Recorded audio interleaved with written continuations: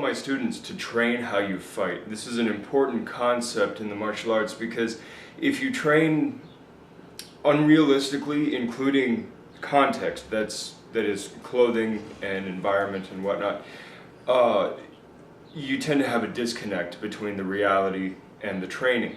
And while there will always be some of that disconnect, I would say that we need to develop a bit of a bridge of that gap, at least something that we can hop across rather than having to take a running leap across. But the same thing comes through with strength training and athletic skill training as well. You see, everything happens in a context, and we've talked about this recently. But so frequently we train in such a way that has nothing to do with the context that we're training in.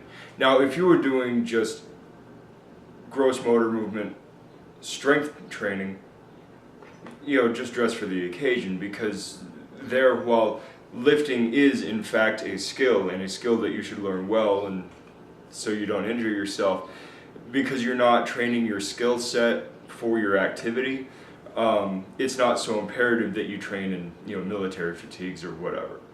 But by the same token, there are some things that you should consider.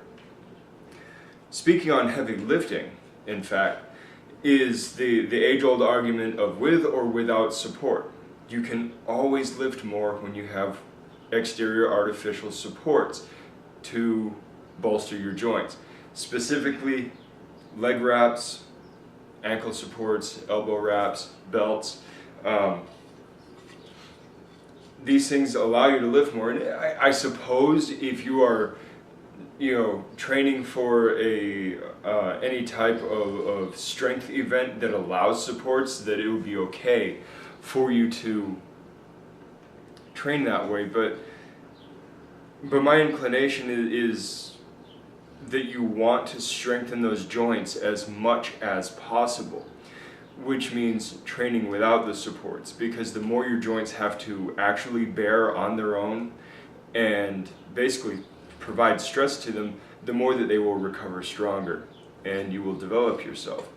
Now, you guys know I'm kind of a nerd and I like superheroes and whatnot, and thinking about guys like Batman, you've got a guy that is destroying himself, completely destroying himself through his lifestyle.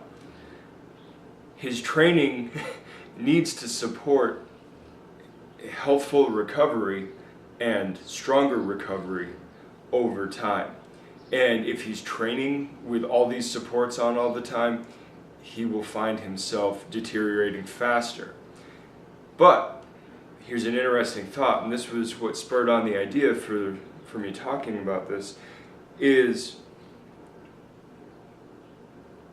if you are a duty officer, a corrections officer, police officer, military, whatever, or if you are going to be competing in an event where certain supports are allowed, go ahead and compete or be on active duty with those supports on, because honestly it'll take a lot of the pressure of the competition or of the activity off of your joints. It will allow you to pursue those things healthfully.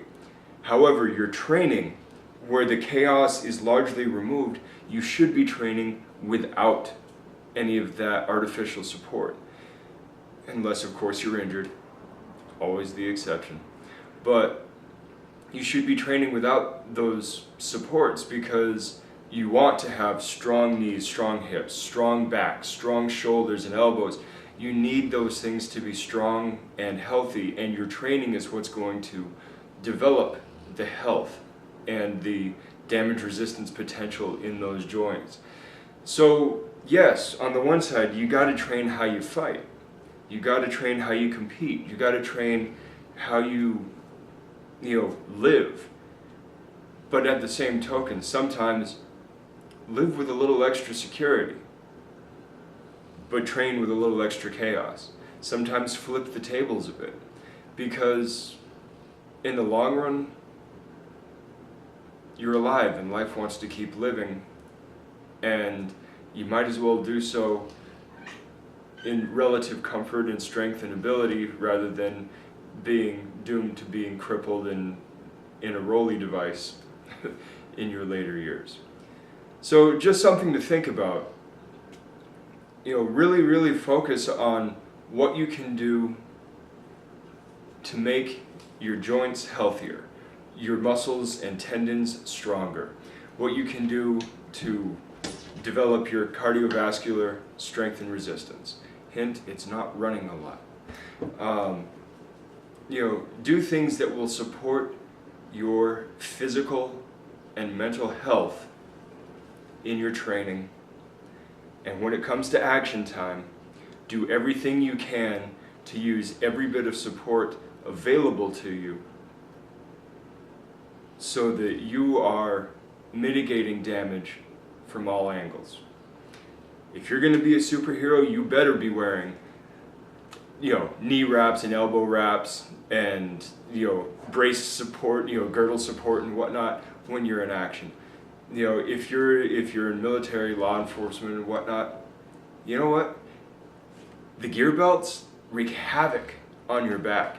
If you can get yourself, an alternate belt, a wider belt or whatever for when you're, on duty doing patrolling and whatnot, do it. If you can wear knee wraps while you're patrolling, do it. Now, it's not going to be necessarily so important if you're going to be in a car. But if you're on foot patrol, or if you know that some of your patrol is going to require you getting out of your vehicle and walking a lot, take the chance to wrap your knees. Wrap your elbows if you're in a long sleeve uniform and you can get away with it. Do what you can get away with when you are in action mode, because you want your action to be safe and recoverable. When you're in training mode, do what you can to remove the safety to a degree, of course.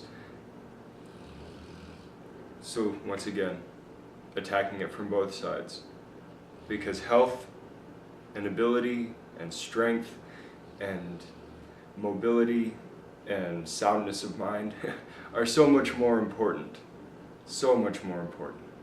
than anything else. I'll talk to you guys later. Good journey.